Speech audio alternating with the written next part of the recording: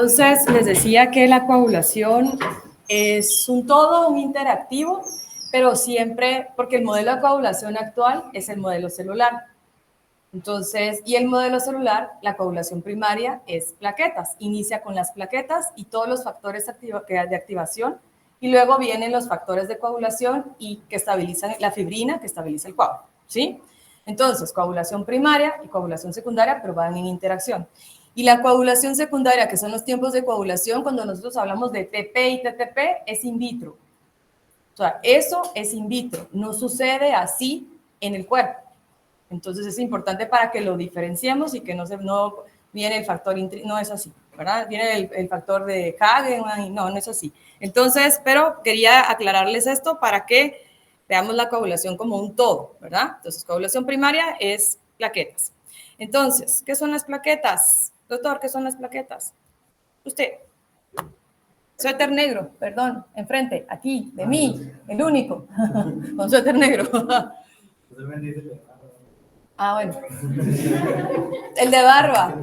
Mucha, avancemos, porfa. Vienen de los ¿Vienen de los qué? megacariocitos. ¿Son células? Sí. ¿Son células? ¿Son células? No son células porque no tienen núcleo, ¿verdad? Entonces no tienen una definición de núcleo. Son un remanente del citoplasma del megacariocito. Entonces, ¿tienen organelos en su interior? Sí, sí tienen organelos en su interior. Tienen gránulos alfa y gránulos densos. Entonces, dentro de los gránulos hay ciertas sustancias como ADP, ATP, factor de von Willebrand, que hace que se puedan adherir o agrumar. Entonces, ¿por qué? Porque las funciones de las plaquetas son agregación plaquetaria entre una plaqueta y otra, y para la agregación plaquetaria, las plaquetas necesitan un antígeno que se llama glicoproteína 2B3-alfa, y para la adhesión al endotelio, cuando hay un daño endotelial y la plaqueta se va a unir, se tiene que unir por medio de la glicoproteína 1B9-alfa.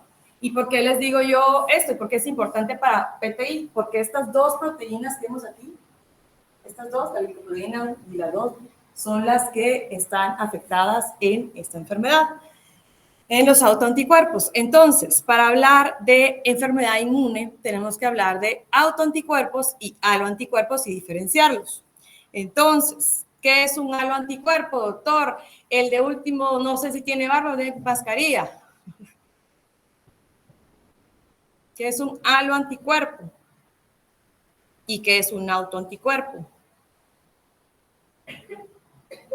A ver, doctora, de lentes, atrás, perdonen, pero no me sé sus nombres, por eso me tengo que dirigir así. No me gusta, pero no puedo hacerlo.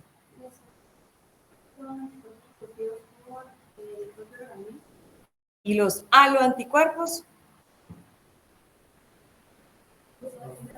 Ahora, yo hay caras aquí que ni conozco, perdón. Tú, de lentes, residente ya, ¿qué es un aloanticuerpo? ¿Cómo te llamas? ¿Cómo? Ah, la verdad que nunca te había visto. Perdón, pero nunca te había visto. Qué pena. A ver.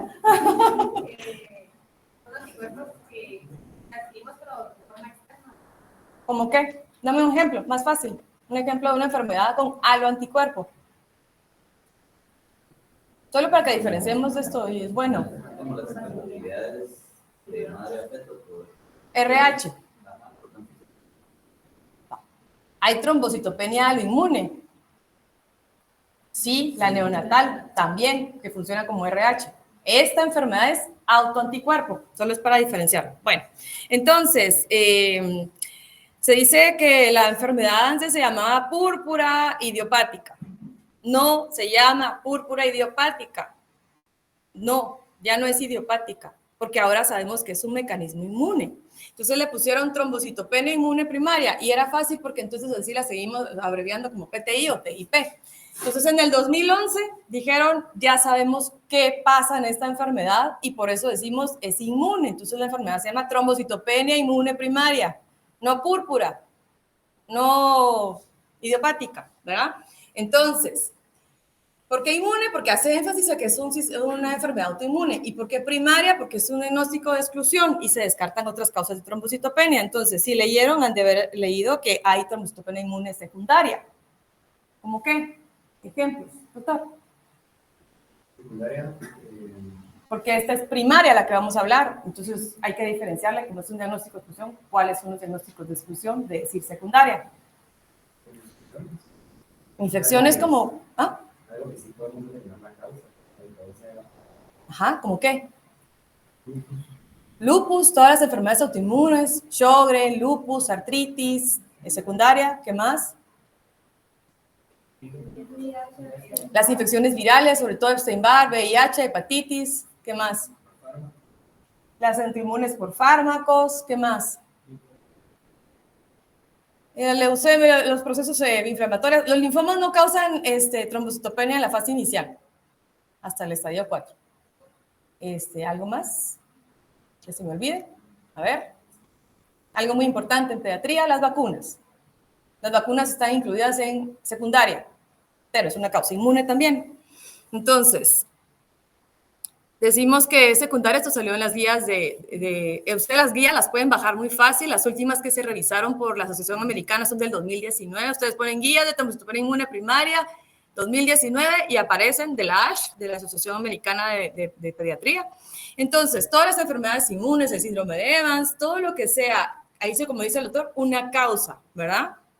Entonces, ¿cómo se define la trombocitopenia inmune primaria?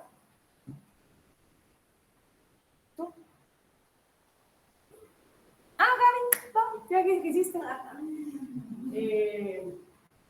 Como un recuento planetario menor de 100.000, una causa pues no determinada en este sentido porque es un criterio, o sea, es un diagnóstico de exclusión asociado pues así con más...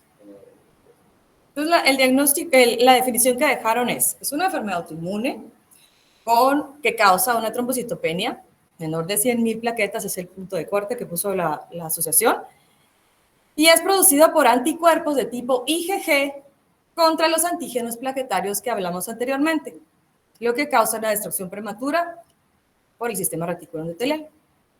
¿Cuánto es lo normal de plaquetas, doctor? ¿Cuánto es lo normal de plaquetas? 150. Sí, muy bien. Perdón que pregunte esto, pero hay gente que no lo sabe. Entonces, la epidemiología de 4 a 6 casos por 100.000 niños menores de 5 años. La TIP aguda no hay predominio de género, o sea, puede dar igual el género. Mientras que la crónica vemos más en adolescentes, mujeres. Entonces hay 2 picos que nos corresponden a nosotros los pediatras, de 2 a 4 años y en los adolescentes. 80% de estos pacientes se presentan en una forma aguda, 80% van a ser autolimitados, no hay necesidad de dar tratamiento incluso, y 20% van hacia la cronicidad. Y de esos 20%, 50%, o sea, la mitad de esos no van a responder absolutamente nada y son mi dolor de cabeza, ¿verdad? Entonces, la morbimortalidad va dada más por hemorragia, pero realmente no hay una mortalidad muy importante. En estos pacientes, menos del 1% pueden tener hemorragia cerebral. O sea, a pesar de la cantidad de plaquetas que pueden llegar a manejar, casi nunca sangran de la cabeza. Entonces, no tenemos muertes por esta enfermedad, casi nunca, ¿verdad? Obviamente, ahora, digamos que somos más conservadores, porque antes tratábamos de que el paciente estuviera con 50.000 plaquetas cuando uno quería que estuviera en remisión. En las últimas guías, antes del 2019, decía 50.000 plaquetas. En las del 2017. 2019 dice 30.000 plaquetas como un valor que podemos ser conservadores incluso al diagnóstico. Es decir, decidir no dar tratamiento. Porque la mayoría son autolimitadas y también guiarse mucho por la clínica. Ya me fui a este tratamiento, pero vamos a hablar de esto. Entonces, esta clasificación también cambió. Antes se decía que el paciente se hacía crónico si persistía más de 6 meses con la trombocitopenia. Luego se dieron cuenta que había muchos pacientes que tenían hasta 8 meses, 10 meses, hasta 1 año para entrar en remisión. Entonces extendieron el tiempo y ahora se dice que después de 12 meses de seguimiento con trombocitopenia es un paciente crónico. Entonces, el agudo se define como el que se autolimita en los primeros 3 meses. Todo esto, les digo, está en las guías, ¿verdad? Entonces, hablando de trombocitopenia inmune primaria aguda versus crónica, ¿cómo son como las manifestaciones? Entonces, usualmente, en cuanto a género y a epidemiología, lo que les estaba diciendo, en realidad el conteo plaquetario no es algo que tengamos que tomar en cuenta, aunque usualmente el paciente con enfermedad aguda suele tener conteos plaquetarios más altos comparado con el crónico. El crónico suele tener una historia, o sea, la mamá ya viene contando, mire, doctora, tiene como 2 meses de estar con moretes, 3 meses, entonces ya uno dice, no, este paciente seguramente no es agudo, es crónico, ¿verdad? Mientras que el otro tiene un antecedente muy importante. ¿Cuál es? El agudo. Tiene una enfermedad infecciosa o una vacuna, ¿verdad? Nosotros siempre tenemos que preguntar, sobre todo niños menores de 2 años, ¿cuál es la vacuna más asociada? La SPR. ¿A qué edad se pone la SPR, doctor? ¿De barba? ¿A qué edad? 2 años. ¿A qué edad se pone la SPR? Al año de vida. Entonces, la diferencia en cuanto a epidemiología es lo que les estaba diciendo anteriormente. Bueno, nosotros en pediatría los agudos los vemos entre 2 y 6 años de vida y los crónicos en adolescentes, sobre todo mujeres, 3 a 1, y hay que hacer la diferenciación de que sea una manifestación inicial de una enfermedad sistémica inmune, que es lupus, ¿verdad? Entonces, pueden tener eosinofilia, sí, y se vio esto, que todavía no es como algo que nos ayude en nada, de que los agudos atacan frecuentemente al antígeno glicoproteína 2B3 alfa, mientras que los crónicos a la 1B9 alfa. En realidad no ha sido de gran beneficio el que hayan descubierto eso. Entonces, decimos en la patogénesis que es una infección viral la que entra, entonces se activan los linfocitos T que hacen que tengan contacto con un antígeno plaquetario y los linfocitos T van a actuar de 2 formas. Una forma citotóxica, directa contra las plaquetas y los megacariocitos. Antes se creía que solo era contra las plaquetas, se sabe que atacan también a la producción de los megacariocitos a través de interleucinas, sobre todo 2, factor de necrosis tumoral, 4 y 5. ¿Saben qué? ¿Por qué se hace por acá? Me siento que tengo gente aquí y no la veo. Va. Y la vida media de las plaquetas se acorta de 1 a 4 horas, incluso hay pacientes que viven sus plaquetas pocos minutos. Entonces, la destrucción plaquetaria es proporcional a la cantidad de autoanticuerpos que hay. Entonces, en realidad, si ustedes se dan cuenta, no hay una prueba tan tangible para saber la gravedad del paciente porque necesitaríamos medir los autoanticuerpos. No existe ese estudio, porque sería muy fácil para mí dar pronóstico y decirle, mire, su hijo tiene 1 millón de autoanticuerpos, entonces tiene una enfermedad muy grave comparado con este que tiene 500,000, pero no existe esa prueba. Entonces, entre más autoanticuerpos existan, menos plaquetas. Entonces, ahí es cuando decimos es una enfermedad muy grave, es cuando es realmente resistente al tratamiento. Entonces, la tasa de destrucción de las plaquetas sobrepasa la capacidad trombopoyética, es decir, los megacariocitos ya no logran compensar esa destrucción y entonces se causa trombocitopenia. Y contrario a lo que creían antes también, los niveles de trombopoyetina, o sea, que funciona como la eritropoyetina, estimulando la producción de plaquetas a nivel de megacariocitos, los niveles de trombopoyetina son normales. Entonces, miren, pues, esto es como un circuito. Está el macrófago del sistema reticular endotelial. ¿Dónde hay sistema reticular endotelial? Doctor, la mascarilla negra, no sé cómo te llamas. Tú, ¿dónde está el sistema reticular endotelial? En tu cuerpo. De células.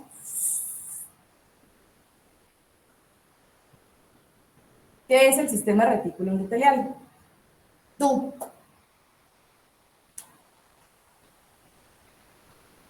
Isa, ¿qué es el sistema reticular endotelial?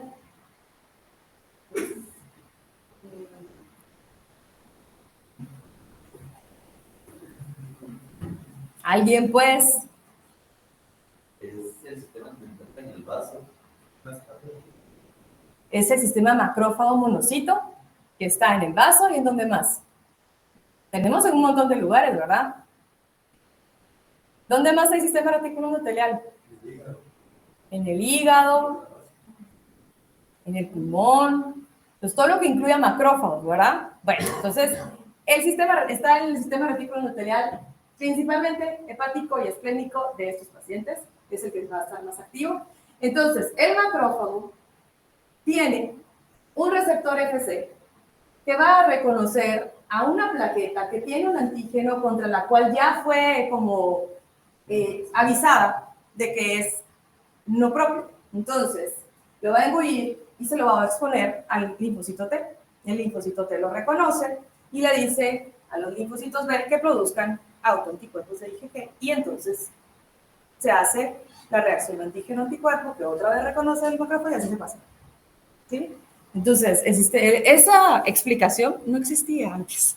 Ahora ya sabemos que esa es la razón de por qué el paciente tiene una trombocitopenia inmune primaria, o sea, una enfermedad autoinmune. ¿Cuál es la clínica del paciente con trombocitopenia inmune primaria, doctor? Sí. Lo podemos encontrar, por ejemplo, con manifestaciones en piel. ¿Con qué? Manifestaciones en piel. Ajá, es que casi no le oigo. Como por ejemplo, como competencias, lo podemos encontrar también como de infección. Ajá. ¿Qué más puede tener, doctora?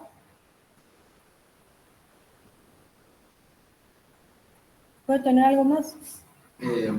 Sangrado, en el caso de los agudos, un sangrado que no se... ¿Y las crónicas? En las crónicas... Como dijo vos. No, sí, Ajá. ¿Tú? No, demorado. La única demorado. En las crónicas mencionaba que lo vamos a ver bien fatigado. En el agudo, ¿Vas a ver un paciente qué? fatigado. Fatigado. ¿Por qué le causa fatiga? Por como el mismo, como ya no es algo como agudo.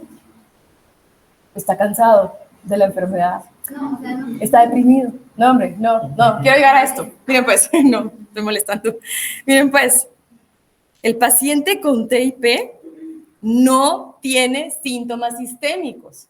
Es un niño que está jugando ahí lleno de petequias, moretes, o sea, se ve bien, a menos que haya tenido una pérdida de hemorragia muy importante, entonces se va a ver pálido, va a tener signos de ICC y qué sé yo.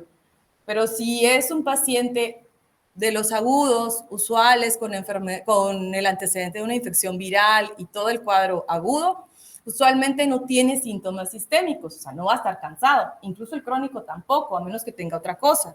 ¿Y por qué yo digo esto? Es que es importante diferenciarlo, sobre todo cuando vamos a evaluar un paciente.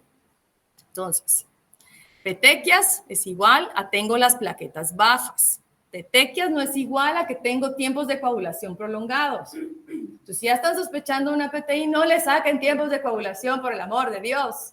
¿Por qué? Porque doctora también tiene los tiempos prolongados.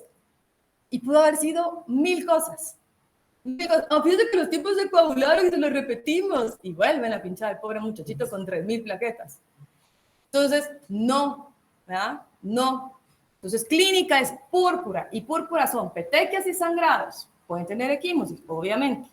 Ahora, el paciente que tiene una enfermedad de coagulación secundaria tiene hematomas, equimosis y hemartrosis. Y cualquier clase de hematomas en todos lados.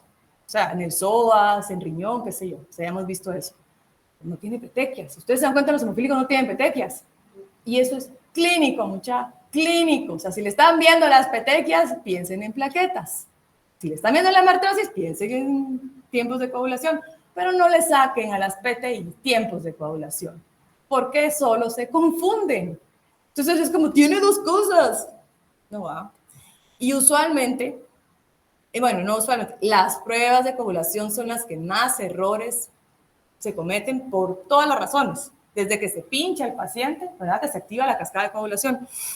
Entonces, es un paciente que luce bien y solamente tiene las manifestaciones de púrpura, que son petequias, gingivorragia, hemorragia sobre todo de mucosas, de tubo digestivo, y obviamente pueden haber hemorragias más graves como sistema nervioso central, pero como les decía, la hemorragia intracraneal es bien rara, menos del 1%, y hay hemorragias espontáneas en pacientes que tienen menos de 10,000 plaquetas, y es bien difícil decir, es que como tiene 10,000 plaquetas va a sangrar, es bien difícil. Hay pacientes con 10,000 plaquetas, si ustedes han visto, yo tengo crónicos con 3,000 plaquetas y ahí andan, vienen, corren, juegan y se tiran al suelo, pero hay pacientes con 10,000 plaquetas que están pintados de pies a cabeza. Entonces, realmente la clínica es la que nos va a guiar también a darle tratamiento. Y un 10% de los pacientes de enfermedad aguda incluso pueden tener esplenomegalia. ¿Es usual la esplenomegalia? No, ¿ya? Entonces, no tienen síntomas sistémicos. ¿A qué me refiero con síntomas sistémicos? A ver, Gerardo, ¿ah? Sí, Gerardo. Síntomas sistémicos son aquellos en donde urinaria. ¿Ejemplos? ¿Cómo? Excreto urinaria indifluida. No. Si nos dice C, no. Fiebre, cansancio, doloroso, todo lo que sea síntoma sistémico no tiene por qué tener el paciente con PTI. Entonces ya ahí uno dice, ah, no, esto no es solo plaquetas, ¿verdad? Entonces, esto realmente no es así, en el sentido de que lo que les estaba explicando, muchos pacientes nos hemos dado cuenta alrededor de los años de que hay pacientes que tienen 10,000 plaquetas, no tienen ninguna petequia, y otros tienen 10,000 plaquetas y están pintados. Lo que sí sabemos decir es que la manifestación principal son petequias, o sea, púrpura y petequias. Cuando yo me refiero a púrpura, estoy hablando de lo que es mucosas, ¿sí? Entonces, el grado de los síntomas en todos los grados de plaquetas pueden variar. ¿Cómo se hace el diagnóstico? ¿A quién no le preguntaba? A ver, doctor de verde, tiene tantas ganas de hablar, yo le veo. ¿Cómo se hace el diagnóstico? ¿Qué prueba le hago así de, mire, quiero saber si tiene PTI, le voy a hacer esta prueba? Medición de auto. No, y no dije que no existe, pues. Entonces, existe una única prueba que podamos hacer y que sea la definitiva. El frote de sangre es una prueba definitiva para decir, tiene PTI. ¿Existe una prueba? No existe. Es un diagnóstico de exclusión. Entonces es todo, ¿verdad? La historia clínica, el examen físico y averiguar sobre las presentaciones secundarias, la ausencia de síntomas sistémicos, porque uno sí tiene que ir encaminado a preguntar. Yo siempre pregunto, ¿señor ha tenido dolor de huesos? ¿Señor ha tenido fiebre? ¿Ha tenido pérdida de peso? ¿Y qué más podríamos buscar en el examen físico? Adenopatías, todo lo que sea infiltrativo, esplenomegalia, hepatomegalia, eso a mí ya me obliga a pensar en otra cosa y a no darle tratamiento solo así, ¿verdad? Entonces, sí, pedimos un frote periférico, obviamente. Entonces, ¿qué vamos a buscar? Los datos compatibles con PTI. Usualmente la serie roja no tiene por qué estar alterada. Las plaquetas pueden estar chiquitas o más grandes por la compensación de la médula ósea tratando de producir más. Y la serie blanca tendría que ser normal. Pueden haber linfocitos atípicos y eosinofilia, pero no es frecuente, ¿verdad? Y bueno, esa es una plaqueta la que está señalada con la flecha. Es una plaqueta grande comparada con una plaqueta más pequeña que está aquí. Un neutrófilo, glóbulos rojos y los puntitos que están alrededor son las plaquetas, ¿verdad? Entonces, esos rojos están un poco pálidos, pero ahí están las plaquetas. Bueno. ¿A quién le hago médula ósea? Eso también está en las guías. Andrea. Ajá. Exacto. Todo lo que se salga de la historia usual, hay que hacerle médula ósea.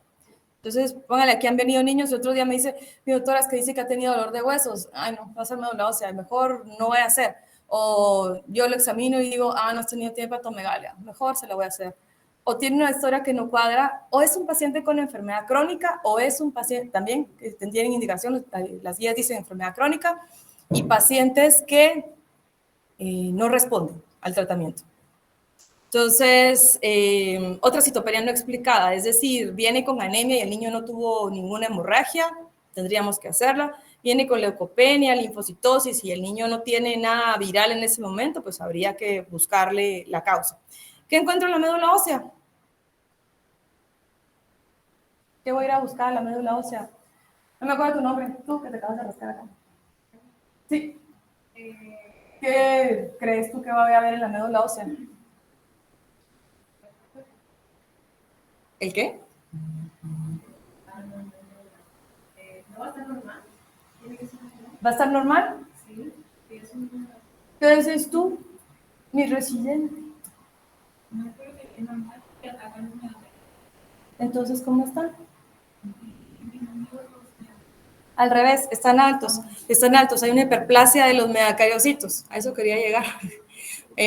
Usualmente creemos que están bajos, pero no, la médula ósea, o sea, nuestro cuerpo siempre va a tener mecanismos compensatorios. Entonces, si me destruyen las plaquetas a nivel periférico, que es donde más sucede, aunque me estén atacando, ves que atacan al medacariocito, pero las citocinas hacen que no produzca plaquetas, pero no que no se reproduzcan. porque los niveles de trombopoyetina son normales, entonces sí se pueden reproducir, pero como es una forma acelerada, los megacariocitos son muy chiquitos y no producen plaquetas. Su citoplasma no llega a ser tan grande, entonces no puede sacar plaquetas a la periferia. Entonces, un megacariocito normal es la célula más grande de la médula ósea, tiene un núcleo multinucleado y en su citoplasma, no siempre, pero los megacariocitos que ya son muy maduros empiezan a ver su desprendimiento de plaquetas. Tiene un núcleo multinucleado porque tiene que duplicar el material genético para poder darle a todas sus plaquetas que va a generar, para que lleguen organelos y sean funcionales. Entonces, ¿cuál es el tratamiento? Ajá.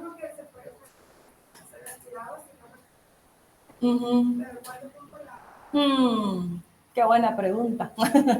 Mira, usualmente cuando no es una respuesta en los primeros 3 meses, porque ya uno dice, ya no es, va a ser respuesta rápida. Y no hay un definitivo, pero ponerle yo lo valoro en pacientes que tengo dudas más que cualquier otra cosa. O sea, que tengo dudas, no porque sé que muchos ya les di un montón de cosas y no responden, ya sé que es una enfermedad inmune, pues, ¿verdad?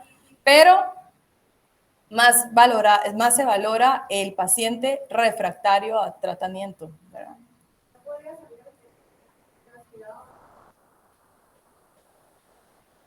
Bueno, la morfología del resto de las células, sí. De todas, de hecho. Sí, de todas, sí. Pero la celularidad no.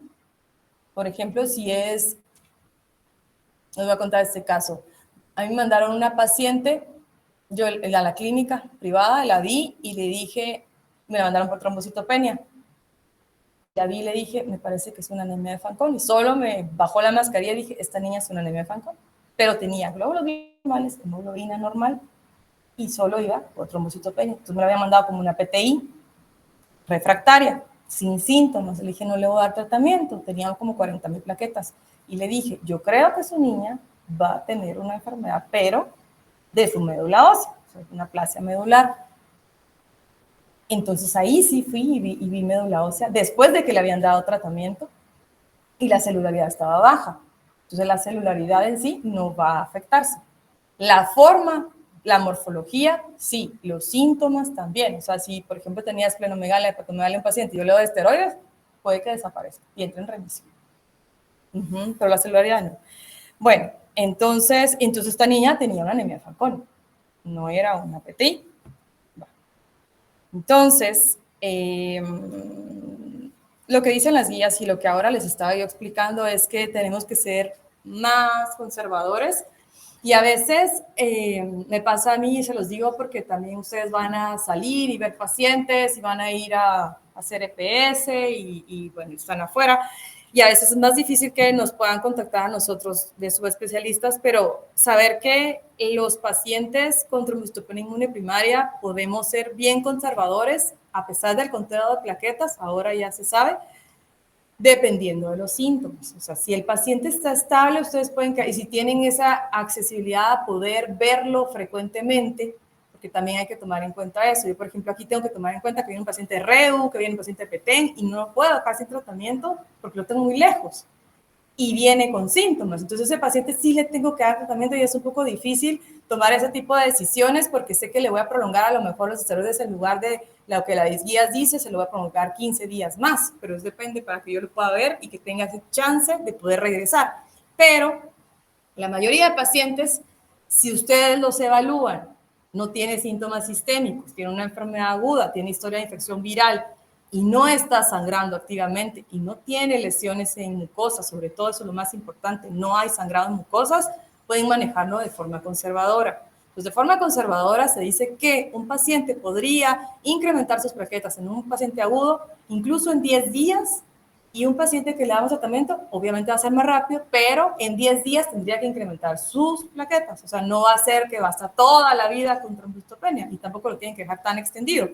Pero si ustedes tienen esa chance de estarlo viendo y para no dar esteroides por gusto, porque damos demasiados esteroides a veces, y ahorita voy a hablar un poco de eso porque sí me ha pasado mucho de que me mandan pacientes refractarios a esteroides con dosis bien altas de esteroides y ya están Cushing, ya tienen todos los efectos adversos del esteroide.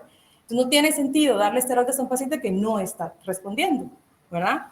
Entonces, usualmente la mayoría, los que son agudos, en 3 meses ustedes ya le van a poder dar de alta a ese paciente. Lo que dijimos es importante, si la mamá refiere que tiene más tiempo de evolución, incluso no dar tratamiento ya sospechando que ese paciente sea crónico si no tiene hemorragia activa, obviamente, ¿verdad? A mí me acaban de llevar un paciente que, sí, mira, en julio del año pasado le empezamos a ver moretes. O sea, el niño tiene de julio del año pasado a la actualidad trombocitopenia. Entonces yo lo veo con 30,000 pesos y no le voy a dar nada. Entonces no le doy nada. Pero porque sé que es crónico. Entonces no le voy a ofrecer esteroides porque le voy a ofrecer esteroides toda su vida. No, ¿verdad? Entonces, sí, el tratamiento inicial, el primario, siguen siendo los esteroides. Siguen siendo los esteroides. Y las inmunoglobulinas. Antes las inmunoglobulinas, las guías decía, solo utilícelas en pacientes que les comprometen la vida. Casi lo seguimos usando igual, pero puede ser una opción en pacientes si tenemos el recurso, si tiene menos de 10,000 plaquetas, el paciente tiene muchos síntomas, aunque no tenga un sangrado activo, digamos, tiene las mucosas llenas de petequias, aunque no esté sangrando activamente y tiene 3,000 plaquetas, pues es una opción, ¿verdad? Si tenemos el recurso. Ahora, lo que nos impide utilizarlas son los costos, ¿verdad? ¿Cómo actúan los esteroides? Pregunta para pregrado.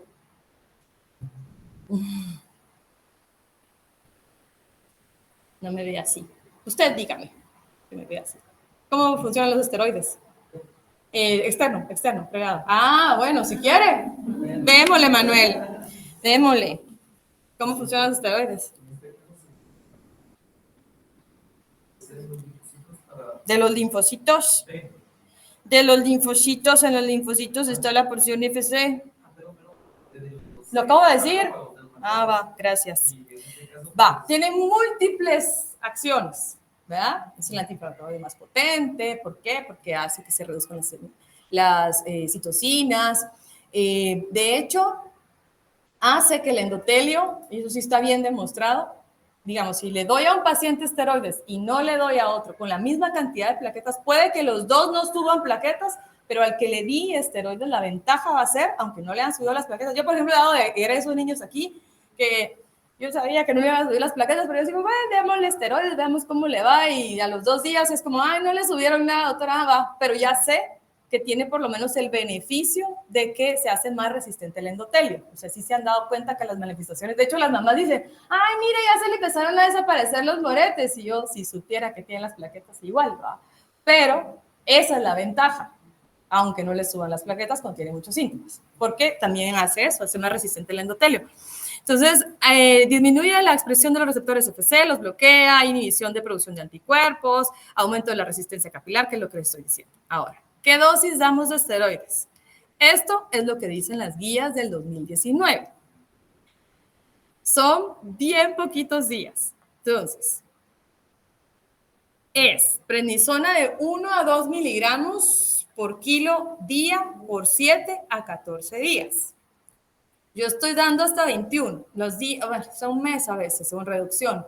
La guía anterior decía 21 días con reducción, o sea, dar la primera semana 2 miligramos por kilo día y empezar a reducirlo para completar 21 días. Entonces, si yo tengo el paciente en Petensi, le voy a dar una semana. Yo no les digo, así. Si lo tengo aquí cerca, hasta trato de verlo en 15 días. ¿Por qué? Porque no lo quiero chorrear de esteroides por gusto, ¿verdad? Y lo que sí es que nosotros acá, yo recibo aquí pacientes los graves, o sea, los más graves, los que ya no resolvieron, aquí vienen a dar. Entonces son pacientes demasiado graves, pacientes que no responden a nada. Ustedes ya los han visto, o sea, que vienen con 3,000 plaquetas, 2,000. O sea, el otro día dice, doctora, tiene 3,000 plaquetas. Yo, sí, eso usa. Pero se asustan a veces cuando no los conocen, porque es normal. Yo también me asustaría si no lo conociera, pero como ya sé que... Y utilizamos todavía esta dosis de carga de 10 a 30 miligramos kilo día en pacientes que vienen muy sintomáticos. Por ejemplo, inmunoglobulinas también al mismo tiempo. Ahorita les digo. Entonces, no hay que dar esteroides por más de 6 semanas. Eso ya se estableció en las guías incluso anteriores. Estas ya sabemos que prolongar el esteroide sin respuesta no va a tener ningún beneficio, solo le estamos dando el efecto adverso. Entonces, yo tuve un paciente que me llevaron a la clínica de la privada y le empecé esteroides y nunca regresó. Era enfermedad aguda, nunca regresó. Y luego me llamaron de que lo llevaban en helicóptero a un hospital privado y al intensivo. El niño había tenido una crisis hipertensiva. El niño estaba con insuficiencia suprarrenal porque allá le siguieron poniendo dexametasona intramuscular, a pesar de que no respondía. Y el niño llegó con síndrome de Cushing, insuficiencia, todos los efectos adversos que tiene el esteroide. Hipertensión arterial, resistencia a la insulina, bueno, diabético, ¿verdad? Entonces, hay que tenerle miedo a los esteroides. O sea, yo no sé por qué no les tienen. Yo le tengo miedo, yo que los uso tanto les tengo un montón de miedo. ¿Por qué? Porque he visto niños con resistencia a la insulina, porque he visto niños con hipertensión arterial, con cataratas, osteopenia, fracturas. Entonces, tenemos que ser bien juiciosos cuando vamos a esa decisión de le voy a poner esteroides. Es uno, que estoy tratando siempre.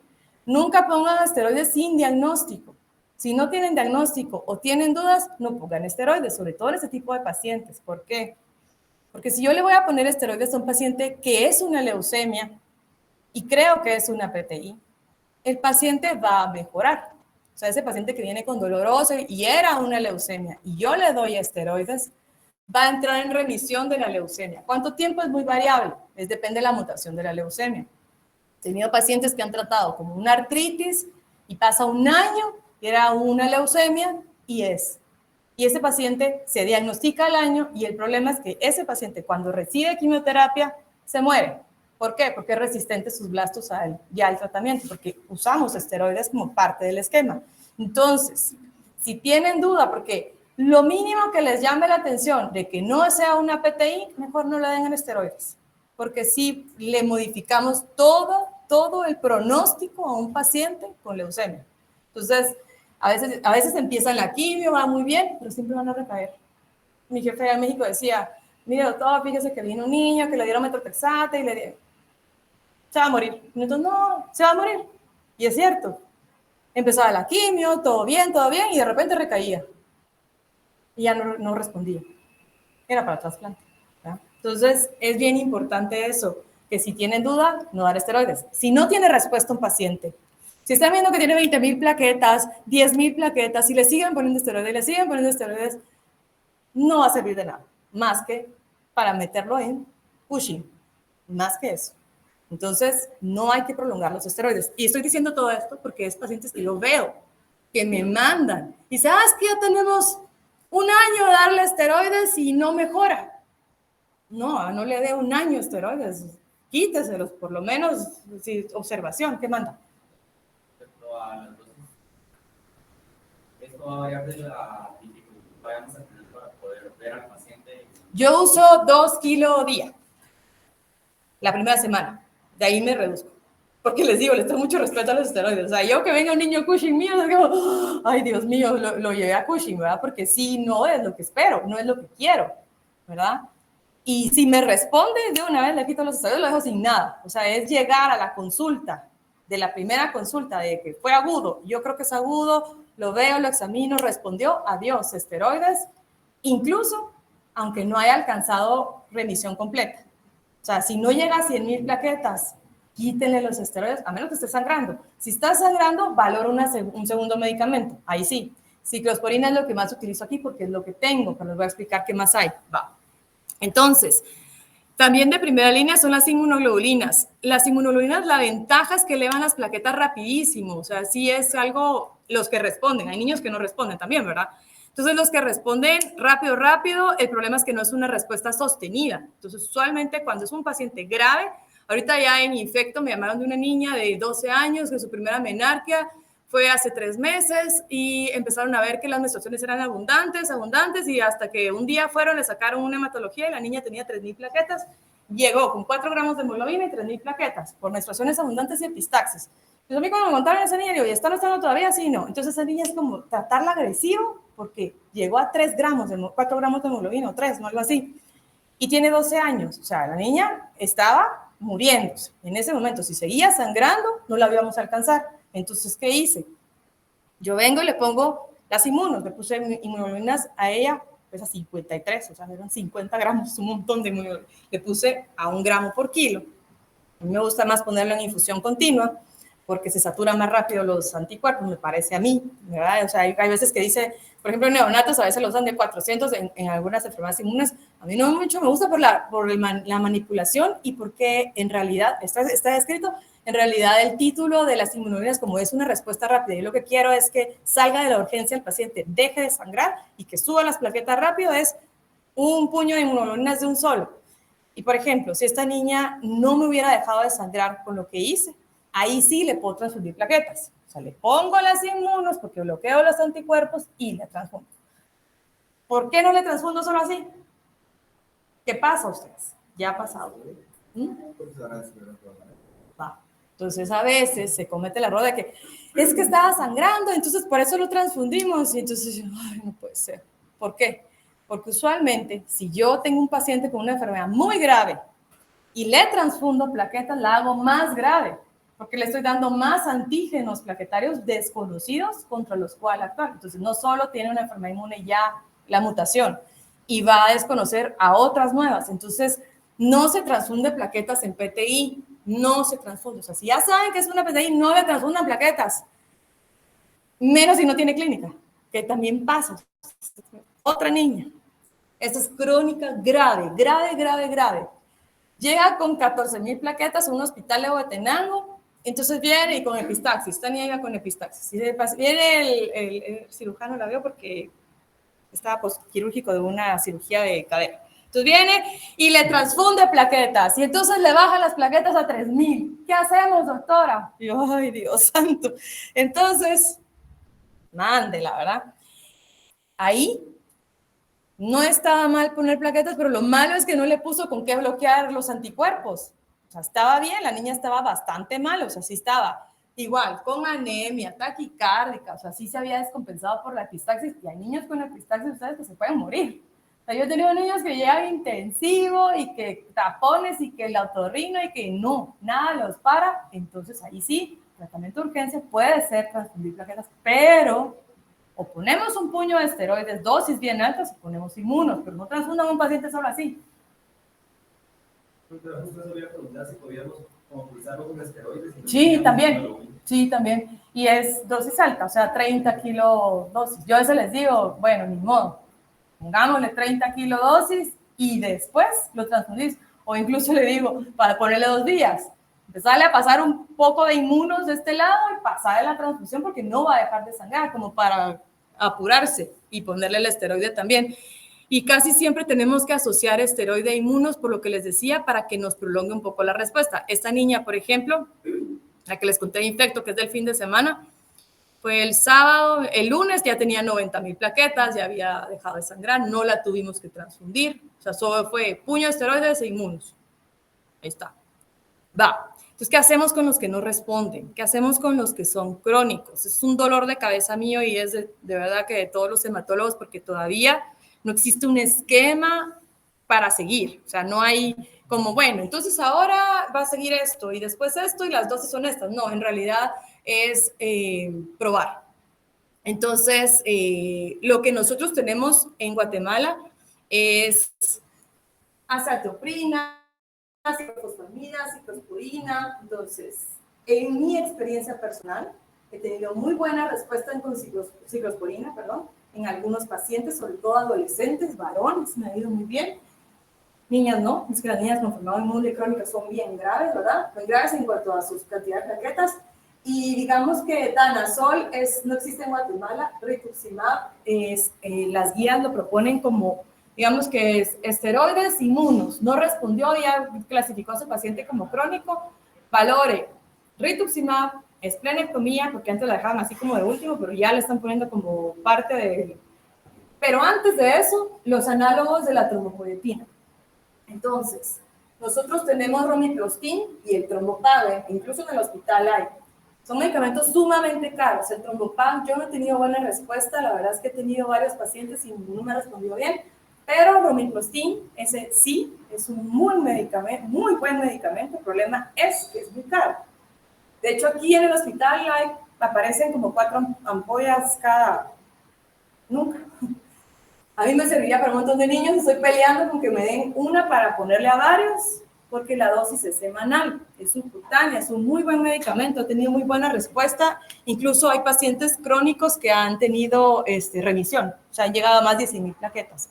En adultos, sobre todo, porque los primeros estudios obviamente fueron en adultos, y en niños se viene utilizando más o menos alrededor del 2017, 18 por ahí. Pero bueno, entonces, ustedes van a ver y se han dado cuenta, los que han pasado conmigo, que tengo muchos pacientes con PTI crónica que he tenido que llegar a esplenectomía. ¿Por qué? Porque no tengo otras opciones, porque trabajo en un hospital de tercer mundo, pero no es lo mejor. O sea, los trombopoyéticos deberían de ser una opción para todos. El romiprostin que les estoy hablando, yo estoy poniendo ahorita a algunos pacientes porque un paciente donó de mi clínica privada, entonces les estoy poniendo a los de aquí del hospital, esa misma ampolla, solo dura 24 horas. Entonces yo les voy a hablar de precios para que ustedes sepan cuánto cuesta. La ampolla cuesta 14,000 quetzales y hay que poner una dosis semanal. Hagan números. Mucha gente no va. Yo no tengo para poner eso, pues si me dijera, mire, le tiene que poner una dosis semanal, no puedo. Entonces, es bien restrictivo para nosotros decir, bueno, se lo voy a poner, no puedo, ¿verdad? Incluso en lo privado yo lo he puesto como 3 veces, porque no tengo, ahorita estoy haciendo experiencia por este paciente que sí se lo compran a su hija y ella me dio el chance de donárselo a otros pacientes de aquí y eso estoy haciendo. Y he tenido muy buena respuesta en algunos pacientes. La verdad es que estoy muy contenta con la respuesta. No había tenido la experiencia porque no había tenido el medicamento, pero les puedo decir que sí es un buen medicamento. Entonces, digamos que lo valoraría yo, lo estoy valorando antes de quitar el vaso. Sobre todo en donde yo me encuentro en esa disyuntiva de jugar a Dios. En las pacientes adolescentes que creo que pueden llegar a ser lupus. Hay niñas, por eso es bien importante también, siempre que uno va a darle seguimiento a una niña con trombocitopenia adolescente, preguntar síntomas sistémicos. Yo no sé si ustedes se han dado cuenta, pero yo le pregunto, señora, ¿ha tenido dolor de huesos? ¿Ha tenido dolor de articulaciones, rodillas, uniones? ¿Por qué? Porque usualmente las niñas con PTI crónica adolescentes suelen manifestar artritis como primera asociación y son lupus. O sea, se empiezan con enfermedad inmune solo con eso. Y a veces les hacemos las pruebas inmunes. Yo se las mando a la doctora Lorenzana, le hace pruebas reumatológicas, me dice, no, no están positivas, pero le voy a dar seguimiento, le voy a dar 6 meses y a veces hasta 1 año. Tengo una niña que conocí cuando ingresé otra vez al hospital, 2022, y la niña nítida, o sea, niña de 12 años, y la reviso, tenía 20,000, 30,000 plaquetas, y le digo, no le va a dar tratamiento. O sea, le estaban dando esteroides, le dije, disculpe, no le va a dar tratamiento. Es que no tiene síntomas, no le quiero dar tratamiento, ya es muy crónica, lleva 2 años. Y la señora asustada, ¿verdad? Porque le habían dado esteroides todo el tiempo. Y le dije, no. Y la seguí, hasta que empezó. Fíjese que le han dolido las rodillas. Ah, no. Mire, claro, pruebas reumatológicas negativas. Hasta el año pasado, o sea, yo entré en 2022, año pasado finales, la mamá llega y me dice, mira doctora, y el Imurán que me dejó la doctora, yo, ¿cómo así? Ya tenía pruebas positivas, entonces, era lupus. Entonces, ese tipo de niñas, adolescentes, es la que yo me pienso mucho de, no la voy a esplenectomizar, pues imagínense, va a ser lupus después y le quito el vaso. Entonces, ahí es cuando uno se encuentra entre, ¿qué hago con esta niña? Por ejemplo, ella, yo, porque la señora me decía, ¿y qué más le doy? Yo, nada. Y entonces cuando vengo, sí sangra. O sea, tengo que ser así a veces y es como no puedo tampoco decidir a la brava quitar el vaso. Con varones soy un poco más de quitémosle el vaso, ya estuvo bueno, ya son 3 años y ya recibió mucho y ya. Y muchos, la mayoría, un 70% de los pacientes que entran a esplenectomía tienen una remisión. No los estoy curando, eso es bien importante. Quitar el vaso no es curar al paciente porque la enfermedad es inmune. Entonces los anticuerpos siempre van a estar ahí, la mutación siempre la va a tener. ¿Puede volver a tener trombocitopenia ese paciente esplenectomizado? Sí, sobre todo en infecciones graves cuando el sistema inmune se activa. Dengue, fiebre tifoidea, todas las infecciones que sean graves, obviamente que sea una sepsis, obviamente ahí hay que dar tratamiento, o sea, aunque esté esplenectomizado, ¿verdad? Y siempre es importante que ponemos vacunas, ¿verdad? Para gérmenes encapsulados. Ya me pasé, ¿va? Ahorita ya va a terminar la hora y ya ahorita termino y que están durmiendo. Va. Entonces, lo que dijimos, los únicos que van a recibir una transfusión, los que tienen compromiso de su vida, van a entrar a una transfusión, a una cirugía, perdón, o les sangró la cabeza. La remisión completa se define, según las guías, como más de 100,000 plaquetas, mantenido por más de 6 semanas, después de que se suspende el tratamiento. La remisión parcial es ausencia de hemorragia espontánea y las plaquetas van a estar en conteos entre 30 y 100,000 y tienen que mantenerse por más de 6 semanas. La ausencia de respuesta es aquel que le ponemos inmuno y nada, o sea, no le subieron para nada, entonces yo tengo varios. La persistencia también tengo un montón. Recaídas, esas no son tan frecuentes, gracias a Dios, o sea, realmente los recaídas no tengo. Y tenemos también pacientes que son crónicos recurrentes, que puede ser, hoy tengo trombocitopenia, la resuelvo y pasan 3 años y vuelvo a tener una recaída, pasan otros 2 años. Y usualmente son niñas con sus cambios hormonales, o sea, tuvieron PTI a los 7 años, luego empiezan a desarrollar el cambio hormonal de la adolescencia, ahí vuelven a presentar, en el embarazo, otra vez, ¿verdad? Todos los cambios hormonales en algunas mujeres pueden despertar la enfermedad inmune. Listo, ¿alguna pregunta? En cuanto al estilo de vida, o sea, ellos pueden seguir su estilo de vida. No, obviamente no, va. Paciente crónico, depende de cantidad de plaquetas. Mira, yo tengo pacientes con de 50,000 para arriba, de hecho, los medicamentos, los análogos de la trombopoyetina, cuando se sacó la FDA, los aprobó, eran encaminados para tener 50,000 plaquetas. O sea, si alcanzabas 50,000 plaquetas ya tenías una buena respuesta y empezaban a espaciar las dosis. Pero se dieron cuenta pues que con 50, ¿por qué? 50,000, porque de 50,000 para arriba usualmente un paciente no va a sangrar de forma espontánea. O sea, 70, 80, yo tengo niños de 70, 80 que los veo cada 6 meses, cada año, que le digo, ellos hacen casi vida normal. Y es bien difícil decirle a un niño que no juegue. Es bien difícil, ¿sabes? Y sobre todo los más pequeños. Hay niños que ya están grandes y saben de su enfermedad y se cuidan. Pero, por ejemplo, los chiquititos, pues ahí sí yo les digo, si tienen menos de 30,000 plaquetas, Amy, todas estas niñas que son Génesis, y tengo como 3 niñas casi de la misma edad, entre 1 y 2 años y medio, refractarias al tratamiento, que son las que más graves. Entonces les tengo que decir, tiene que andar atrás de su hija. Tiene que andar atrás de su hija, porque sí, un golpe, o sea, esta Amy, no sé si la vieron alguien, vino con un chinchón de unicornio. Miren ustedes, yo de verdad no había visto un hematoma tan grande desde, o sea, nunca había visto uno. Yo, ¿qué le pasó? Ay, es que fíjese que se tropezó y se cayó. O sea, no fue un golpe grave, fue de su altura, se tropezó y se cayó. Y venía de verdad con un hematoma exagerado. Es una niña tremenda. De hecho, esa pobre niña tiene un problema psiquiátrico, ustedes, porque le he ingresado tantas veces y yo empecé a ver que su comportamiento no era normal, empezó a arrancarse el pelo y como a pegarse ella sola, a morderse. Entonces dije, no, es un ingreso, mandamos a llamar a la psiquiatra y le tuvo que dar, ¿cómo se llama ese medicamento? Esa cosa. Esa cosa. Y con eso de estar relajada zen, ahora ya no se cae tanto. O sea, yo decía, se cae demasiado. Pero de verdad creo que su enfermedad, el ingresarla tanto, el estarla pinchando, todo eso, le provocó un problema psiquiátrico, obviamente. Es que sí, o sea, es traumático para los niños, pero lamentablemente el paciente que tiene una enfermedad crónica grave como ellas, estas niñas, sí les tengo que decir, señora, su hija es de vidrio. Tiene que andar atrás de ella, porque son chiquitas, o los que están empezando a caminar. Esta niña tiene PTI, ahorita tiene 2 años, 8 meses, 2 años 9, algo así. Y empezó a los 6 meses de vida. O sea, desde los 6 meses tiene PTI crónica y maneja 3,000 plaquetas en promedio, todo el tiempo, poniéndole lo que yo le haya puesto, le he puesto de todo. Rituximab no. Rituximab es un medicamento que yo le tengo mucho respeto porque los pacientes con los que yo lo utilicé, todos se infectaron. Uno casi se me muere por una neumonía. Una le dio una varicela muy grave, el otro le dio 2 con neumonía muy, muy graves. Entonces, y de hecho, las guías lo ponen como una opción, pero la mayoría de expertos, cuando uno los oye hablar, dice, rituximab no tanto. O sea, no es un medicamento. Y si tenemos ese recurso, también es un medicamento bastante caro, ¿verdad? Que la licenciada Liz me diría, no, es para reuma. Entonces, igual. ¿Alguna otra pregunta? Son las 8:30, no voy a hablar de hemofilia, se las voy a dejar para otro día. La voy a juntar con alguna otra clase que sea pequeña, no sé cuál, pero se las voy a juntar con otra porque hemofilia es corta.